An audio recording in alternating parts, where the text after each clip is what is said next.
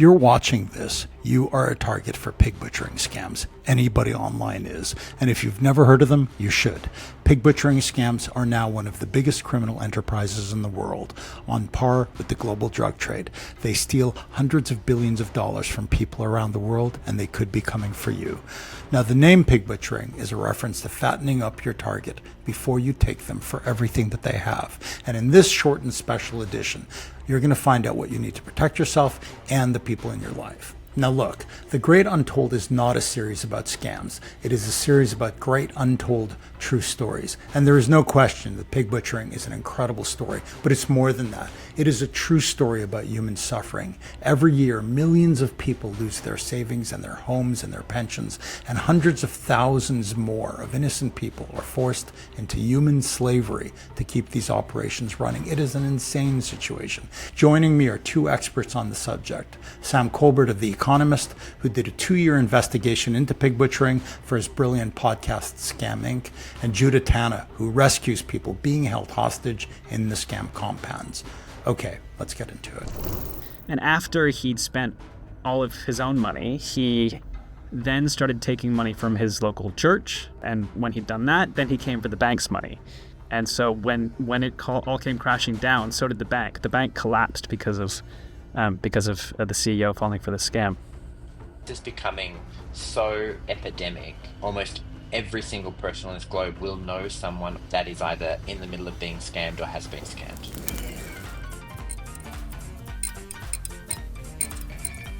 Hi, Sam. Thank you so much for being here. Now, in the opening, you mention a bank president who gets scammed, steals from his own bank, and ends up going to prison. And I want to get into that in a bit. And we're also going to hear from one of the scam victims in your podcast. But first, for people who are new to this, can you explain how these scams actually work? Because it really is an incredibly seductive process that really does play on people's vulnerabilities. Yeah, so somebody will reach out to you, and it could be on whatever platform you spend time on. So it might be, I get these all the time now, I get messages on WhatsApp, and they might appear to be a wrong number. It'll say, hey, Dave, see you this evening. And you go, oh, I'm not Dave, this is a wrong number. And they go, oh, so sorry, but how are you? You know, what's your name? They find some way in, or they might match with you on LinkedIn, on a dating site, on Facebook, and from your profile they will find something to talk about, and they will just chat. They will just befriend you, and sometimes this can go on for days and weeks before any whiff of a scam begins. How it then begins is they show flashes, whether it's photos or through just subtle mentions of a wealthy lifestyle that they have. And say, I made some money through investing, and specifically through cryptocurrency investing. Often there's a wealthy uncle involved, someone who showed them the ropes and is helping them do this. And at some point they come around to, if you'd like, I can show this to you too. And because by that point they've befriended you, or often as the case, they've started a romantic relationship with you online, you are inclined to trust them. And they will even say, if we do this together, we can start to build our life together by growing our money. And so it's a really clever scam in that, if it was just a romance scam, if it was somebody online saying, we're in love and I need you to send me money, that'd be one thing. And if it was just an investment scam, that'd also be one thing. But it's the combination of, they create this intimacy, and then they scam you through what appears to be some third party. You're not giving them money. You're investing your own money on this platform that looks legitimate. You'll make money at the beginning, won't you? Like, that's the fattening part, isn't it? Yeah, exactly. And sometimes they'll even let you withdraw money. So you put money into this site, which looks legitimate, but it's not. It's a bogus website. And you'll appear to see your money growing and growing. And then you'll say, can I take some money out? And they'll say, sure. And they'll let you have some of your money back. And then they've bought your trust. And so then you put more and more in. And then when it comes time for you to withdraw all this money you've made, the excuses start coming. You've got to pay a tax. Oh, you need to verify your identity. And you will chase that money, bad money with good money, to try to get your principal out. Because oftentimes people have spent everything they have on this thing, or even have borrowed money from banks or relatives, and are desperate to get their principal back. Karina asked that I only use her first name. She's in her 40s and lives in California. She has a PhD in chemistry, a postdoc in neuroscience, and works in the biotech industry. In her spare time, she does triathlons. She was single and looking. Her friend suggested Bumble, the dating app. And, within a week, I had met somebody that I thought was pretty fantastic. Evan was 43, 6 feet tall, in good shape, with sandy blonde hair and blue eyes. He was Dutch, living in California and working in finance. They chatted for a few days on Bumble, then they exchanged numbers and moved to WhatsApp. That was Evan's idea. And once we moved to that app, communication became much more frequent. It went from, just a few minutes a day in the Bumble app to almost hours a day in the first few days. I think initially I just liked how much attention he was paying to me. Karina lost $152,000 to her scammer. She's on a 10-year plan to pay back all the money she borrowed. Sam, what really strikes me when I'm watching that is that you do not have to be naive or dumb or foolish to fall for one of these scams. What makes them so dangerous is how believable they feel, how smoothly they draw you in, and how effectively they use technology, including AI, to deceive you. Fake websites, deep fakes by stealing your data. So how can you protect yourself? That's really what we're going to get into next.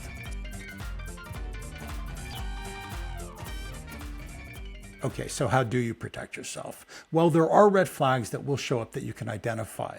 First red flag, if the person tries to shift your conversation from whatever app that you were originally on, whether it was LinkedIn or Instagram or a dating app, over to WhatsApp, that is a very big red flag. Why? Because WhatsApp encryption makes it very hard for them to be traced, much harder than LinkedIn or a dating app or Instagram. So if that happens, that should raise a flag and you should be wary right away. Second red flag. Now, I know this will sound obvious, but any mention of an investment opportunity by somebody you've just met online should ring an alarm bell, no matter how wonderful they sound and how perfect it seems.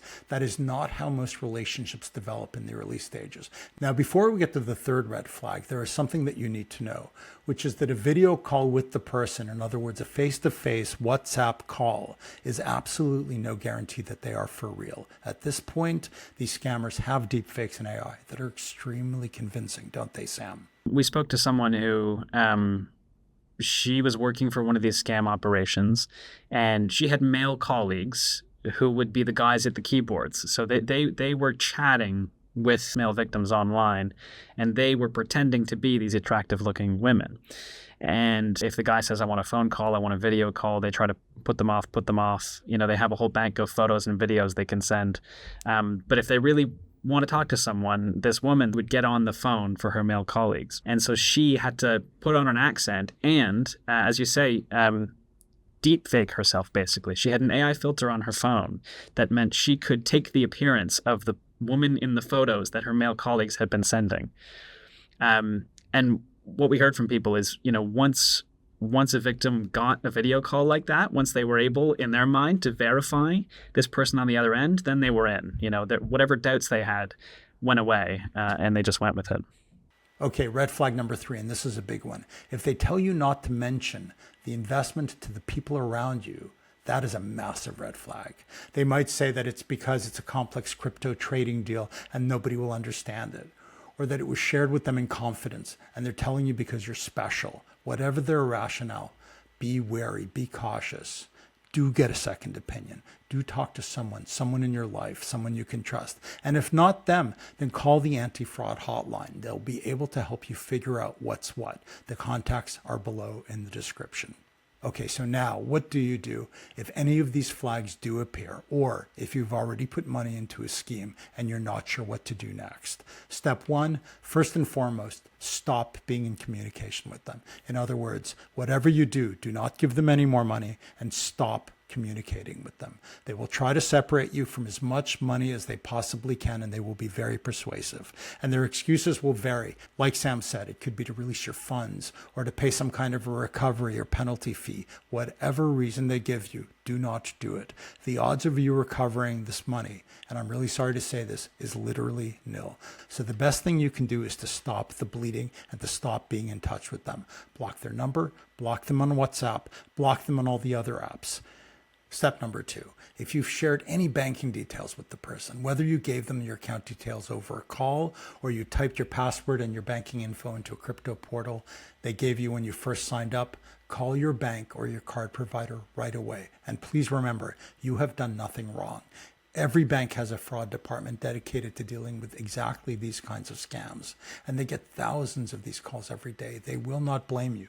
They won't give you a hard time. They'll be grateful that you let them know. No matter how deep into the scam you are and how much money you might have lost, what you're likely to hear is thank you for reporting this. Which connects us really to step number 3, and this is really crucial. Speak to somebody, ideally somebody in your life you can trust, and tell them what happened. Why is this so important? Well, there are really 2 reasons. First of all, you'll need support. Being robbed or nearly robbed is traumatic. It just is. Second, because these scammers trade on your shame. They're counting on you being too embarrassed to tell anybody what happened, especially the authorities. By breaking that hold, by talking to other people, you break their grip over you. Now, I know it can feel embarrassing or awkward, but this can happen to anybody. There's really nothing to be ashamed of. There are millions of people falling for the scam around the world every single year. Step 4, report it to the authorities. Most countries now have federal task forces focused on the scam. In the US, contact the FBI. In Europe, it's Europol. You'll find the main contact links in the description below. And finally, step number 5, and this is a big one as well, forgive yourself. Seriously. Pig butchering scams are taking tens of billions, if not hundreds of billions of dollars from people every year. You are not alone. Speaking to Sam and Judah, the one thing that they both talked about a lot was shame, the shame of the victims, which is what these scams really rely on to keep them silently suffering. So give yourself a break. Give yourself a break and let the people in your life support you. Now to the other victim. What do you do to avoid being lured into one of these scam compounds? For this part, we talked to Judah Tana, who helps rescue people from these compounds. Judah, thank you for joining us. You're welcome. Thank you for making this time.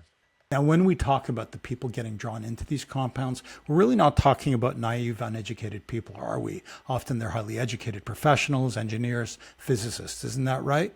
From many of the victims that we saw coming out, I was like so amazed. You talk to them and they're like, I've got a PhD in this and that. And that's why even the recruiting program, most people think like, oh, the naive people that go into these compounds. No, these people were highly educated, and it's not uncommon to look for work abroad. They come from countries where they study abroad, and so they're also looking. I mean, our world is so small at the same time as it being so huge. And so of course you're educated, you come out with a PhD from your university, and you look to the entire globe to find where the best job is for you. They put together such a convincing package, addresses and buildings, and they would do multiple Zoom calls and interviews with management teams, send out contracts. If you Googled or you looked into the company's names, there was websites, and so they built this elaborate scheme to Sure. convince people to come in. It wasn't that they were naive, it was that they thought so clearly through both how recruitment works and the psychology of a person looking for jobs, and made it so convincing that by the time they made it here, it was too late. So, Judah, what do you say to somebody who's been offered an exciting new job in Bangkok or Dubai or some other exotic location? If it's too good to be true, it is. I mean, and that's the thing, is that of course, we're looking for the top dollar, but if the top dollar is just too top, um, perhaps double check what it is. Another one would be, if you're taking a job somewhere, take a friend or family member with you. You're setting up a new life, don't go alone. Go with somebody, so that a company is not the company. These companies are not going to accept someone who's outside of like their control.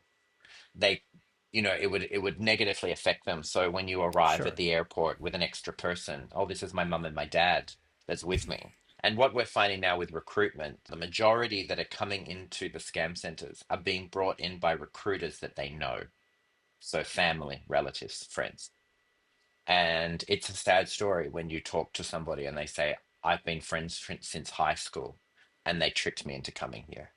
And so I think that's the next thing, is be wary If your family have been working overseas or your friends have been working overseas and suddenly contact you with this incredible job opportunity that you can take, but then share very little information about what it is. And they're unable to like send photos from the company or, their life outside of company walls. So here's the good news. There are warning flags that you can look for. Warning flag number 1, if a job offer sounds too good to be true, it probably is. Do your due diligence. Make sure the company exists. Look them up independently of the information and the links that they gave you. Research them fully. Yes, the internet can be a dangerous place, but it's also a valuable resource. If they don't have a prominent and reputable profile, walk away. Warning flag number 2. Does the job and pay actually match your qualifications? Are you a recent engineering graduate being offered some crazy salary despite having no real experience? That is a red flag. And a word of warning, just because they send you an airplane ticket and bookings to a hotel does not mean they are on the level. For more senior jobs, that is just part of what they do because they know it is the only way to look convincing, and it is just part of the fattening process. They know they'll make their money back once they've got you inside. So do your homework. Find out about the company and make sure they're legitimate. Finally, warning flag number 3. If the person recruiting you is a friend or acquaintance, ask questions. Talk to their family or friends if they're not around. And if you have any reason to be suspicious, go to the authorities. India has a national cybercrime unit. Countries like Thailand and the Philippines and Cambodia have anti-trafficking hotlines. So do most Western countries. And if in doubt, don't go. And like Judah said, if you do go, bring someone with you. It could save your life, literally. Judah, Tana, Sam Colbert, thank you so much for being here. It's okay. It's good. It's worth it.